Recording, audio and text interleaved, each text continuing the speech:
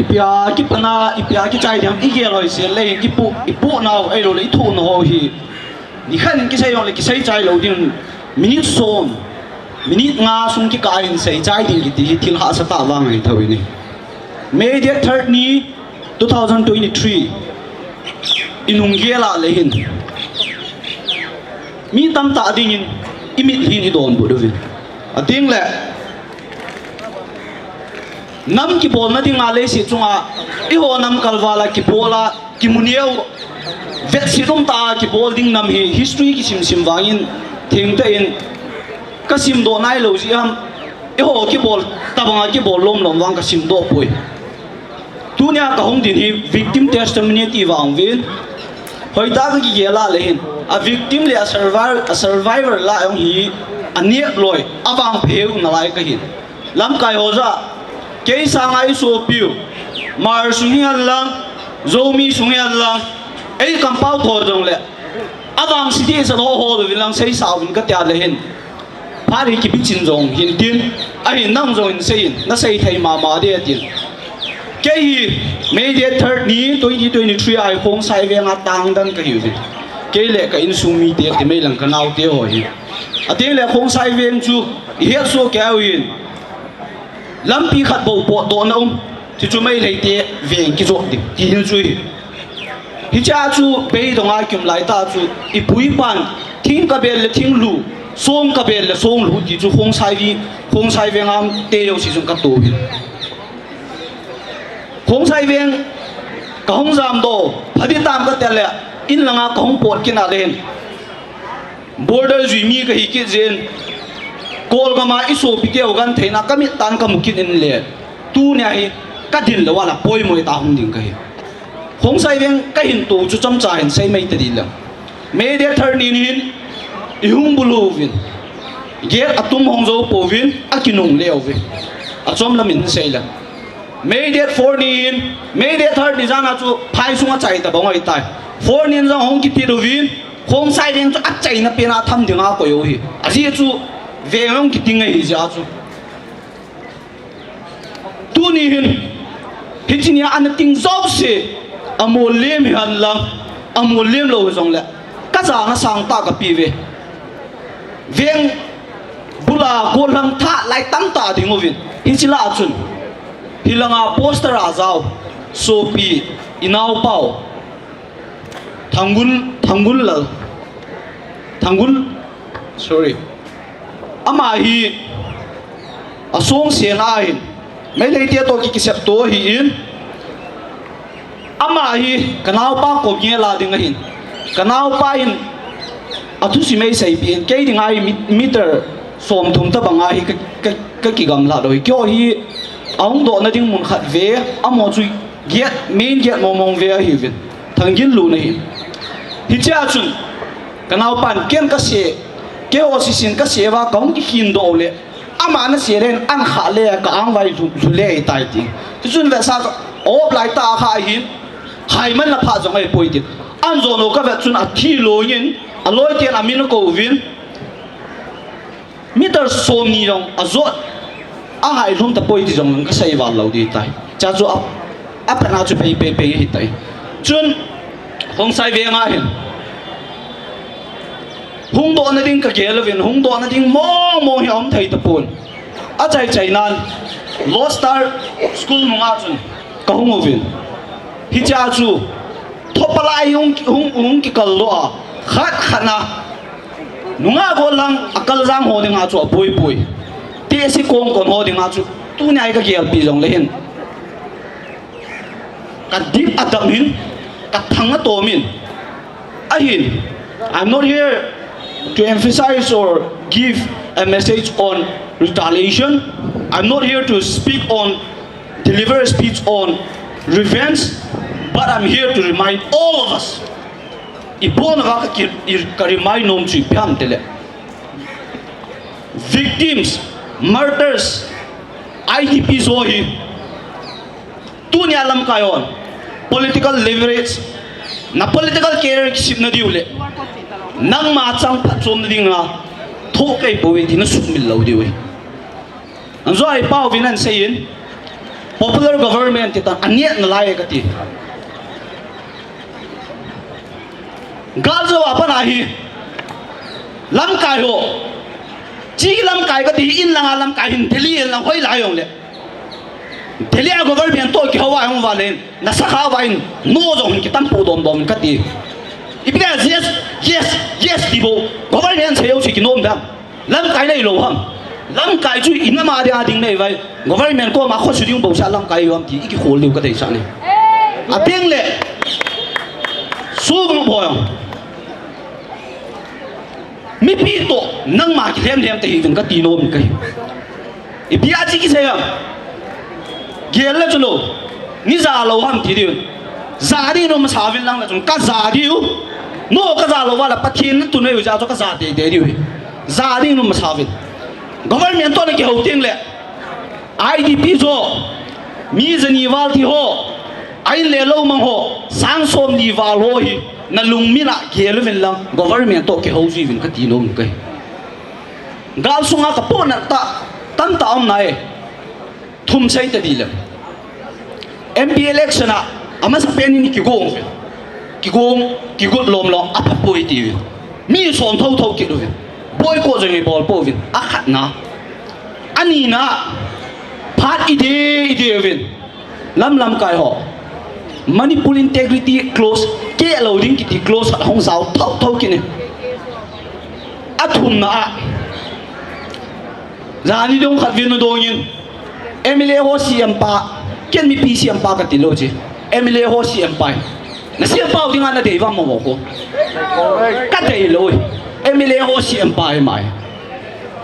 igam sungo wa hong lu ne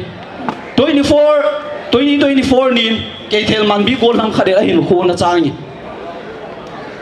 kalung mi na mang nai lo hi le chu chun vet sa chu hit ta bangai som that killing that nam mi te hi yon ban ilam kai ki za the lo chu government le nam dong hi piti kinai nei diwam ti ki khol phat ma sat ka sa ngai ating le gal sunga hi church leader ho panna satan na law ve ka ki pe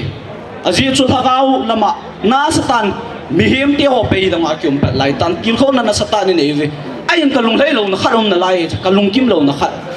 ke he na la samji hai ai lo le aum nai lo ham i ya ti le thing noi suang noi hon sum adona tan di lo thu sei ting le hầu lá cha của em à số sang ngắm ạ thiếu nói là số sang ngắm hầu lá cha tam tu nhỉ à ya hết lâu lên đây ngay đó một việc hết cho nên vào hôm nay bồi Israel te chu leng David à chọn xin à chu quay chỉ mà sắp bên nam na thằng thiêm gạo pan số sang đặc biệt na đi bồi à đi số sang ngắm đinh church leader đó yêu tạo vang thiếu nói hù số sang đi tam tạo mi hello am dunia hi nam mi pi teo koi ma yin kuma ki chat kum de poi IDP stand inam lam ka ho ki chat kum de in fact we respect them we must respect them after all they are our leaders they will be our voice to the center ayin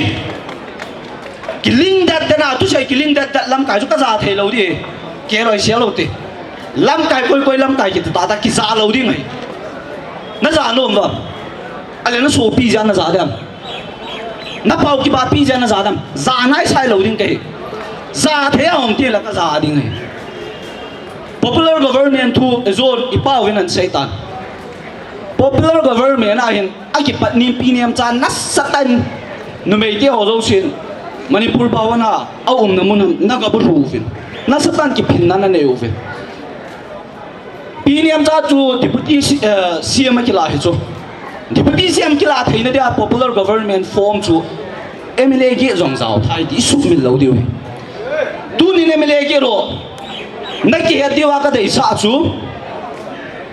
firstly you betray your colleague let bu vung jigin valte a betray ma sak pe na we ma hi ani na martyr sang ho zani wal ho hi ai betrayal in sang som li wal ki hal ho zang ni wal ki hal ho bung zang zang ni wal ki hal I betrayal jo ki ti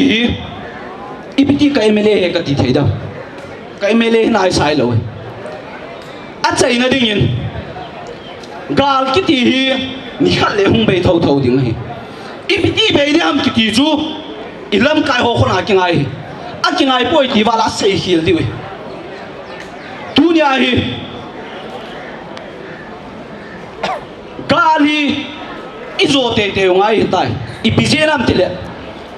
golang chapang tam ta in kho le kha sim ding don dalwa buffer zone a sun le zan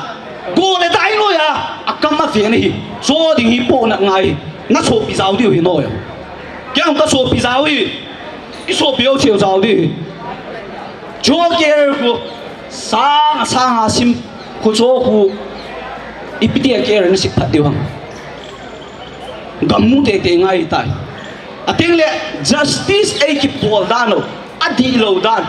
lete sa he thei chu khat vini do nga mai le te police ka moriana thi pa kes ya to lai pau khat ki man a khan mo hi lo yong ki hello NIA ke sa ki mane iso pau SI officer pa NIA ke sa mat khabang ki man lo hi iso pitianio akiwa chi atai de ya ki chip naneo NIA ke sa ki man kham ki man nai lo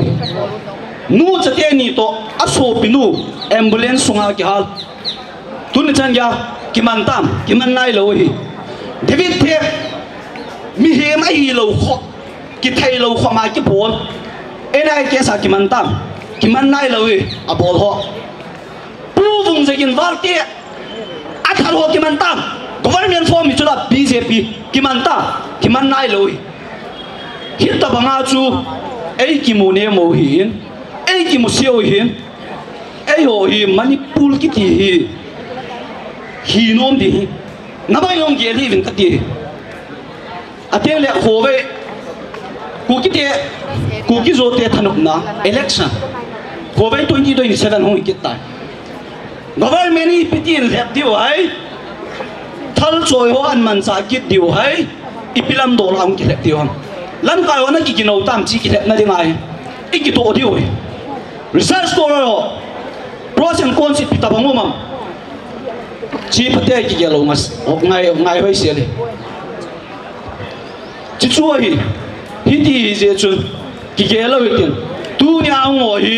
avang panai we aje chu we stand firm. We stand and commemorate for all those murders. We stand for the survivors. We stand for the IDPs. Idin jing diu hi gam chu imu thau thau diu a pen phaya pana pathenin pui do itan pathenin Israel te isima pui do thea anang gam lu thela hinchi pathen ve so the same God that we worship today that God our God will lead us to separate administration patinom kai ipui lung thau thau diu kiniam lal po hi te jo a chaina ka sei hi je chun we have a stories it goes there's a chain of tragedies for all of us a chain of tragedies and all those stories so miserable so difficult to even imagine it's very difficult to explain it's very difficult to narrate without tears mi lizau lawa I tu sumo wi sei thei loi laina rom tai ki bolo hin mu sirom tai ki bolo hin SA mu lo ti so atang lo hi akimum lo hi anayum lo hi SA bo me hi chi chu ka sei do no me hi ti je chul kang tha ho lung la rai po tin nu te pa te ho lung neu hi vin tu ni ai mu lo wa le jing le mu do jing ai mu lo le khove mu lo le khove ke imu thau diu politician aspirant ho ve election diu an ki gong hi vin lang hi vin ti at chai na pena ka sei do nam chu chu ki pal na pi pe na ong di ti at vela ka sei do no mi chanin ten ka sei hil tam di aji chu nam ngai lut wa jam ki sei in